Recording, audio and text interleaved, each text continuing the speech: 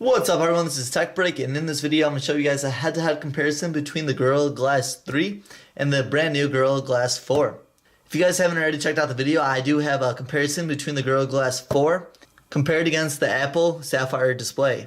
There's going to be a link down in the description box below. As of right now, there's not a lot of devices with the Gorilla Glass 4. The only one that has it right now is the Samsung Alpha. There are a bunch of devices with the Gorilla Glass 3, and one of those is the Samsung Galaxy S5. But anyways, let's get started with this review.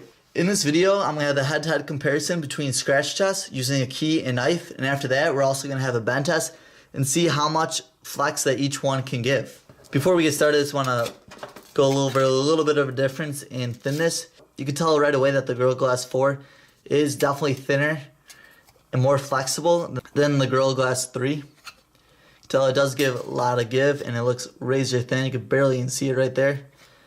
Right here. Doesn't really flex that much. And it seems to be more like glass, and this seems to be more like almost like it's plastic. Compare them side to side. White's on top, you can barely even see it. And it's very thin. Don't get me wrong though, the third one is still pretty thin. The makers of the Gorilla Glass say that Gorilla Glass 4 is twice as strong as the last generation, which is Gorilla Glass 3. And we're going to test that out in this video. So let's get started with this scratch test. We're going to start off going relatively soft on both of them. Then we're going to see if anything comes up.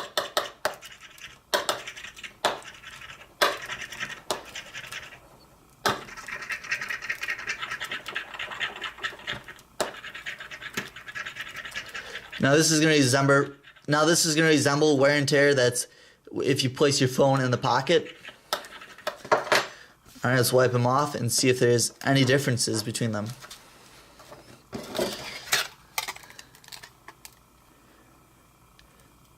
I'm really not seeing any difference. Now we're going to press it a little bit harder. Okay, now we're going to press pretty hard using the key. And I'm putting a good amount of force into this. And it doesn't look like anything's happening as of yet. Let's go on to the old one.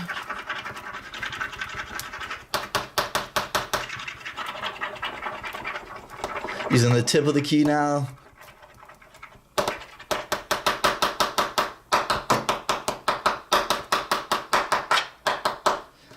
Pressing pretty hard on me and making scratches in the table, so you know this is no gimmies here. Alright, let's wipe it off. Bring them to the light and see if there's any differences. Or any scratches. I'm not seeing any scratches. Trying to look in the light.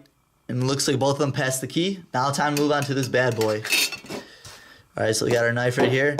Just like with the key, we're going to start off at a medium strength on it. Go in different angles, see if anything happens. Try not to cut myself, that's a big thing here.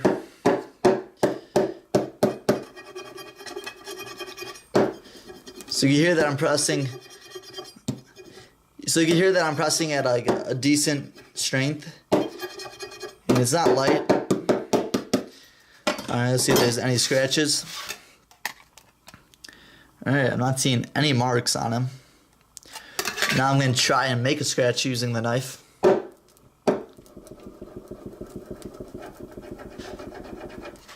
Alright, same strength over here.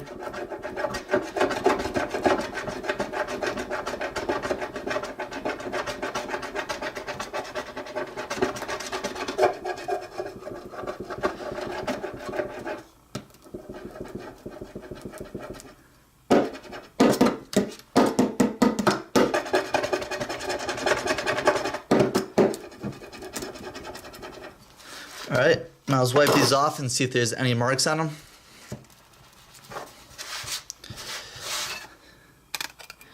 Alright, let's put them in the light. It looks to me that I'm not really seeing any scratches on these devices.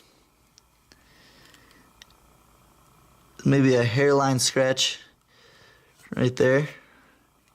And that looks like to be just some hair or something. So both of them passed for the scratch test. So the results of the first test is both of them passed for the key and knife test. I was pressing relatively hard on both of them and I couldn't even get a mark. I have to say that that is pretty impressive. Okay, now it's time to move on to the bend test and flexibility test. I'm going to push both of these to the limits and see what's the breaking point. And I'm going to see if there's any comparison between both of them. I do have some winter gloves on. Sun protection is better than none. So let's get started. Let's go. Alright, so that broke right away. It barely even flexed. Tell right here that it just completely broke. Alright, now we can try on the Gorilla Glass 4. And it does give some way. So there is a really big difference, and I think a lot of that has to do with how thin the new one is compared to the old one. Now I am going to break this to the limits, so we'll see what's the breaking point on this.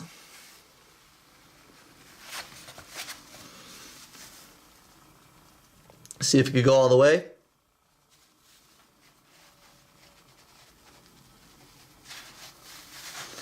It's very flexible right here.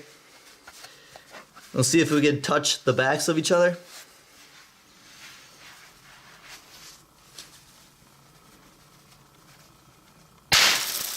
Alright, and then just completely shattered. You got glass everywhere. But you can tell it's a lot more flexible than it is with the Gorilla Glass 3. And that's a huge difference right there, I must say. So overall, there really wasn't that big of a difference in the scratch test between the Gorilla Glass 3 and the fourth one. But there was a huge difference in the flexibility in the bend test with the Gorilla Glass 4 compared to the previous model.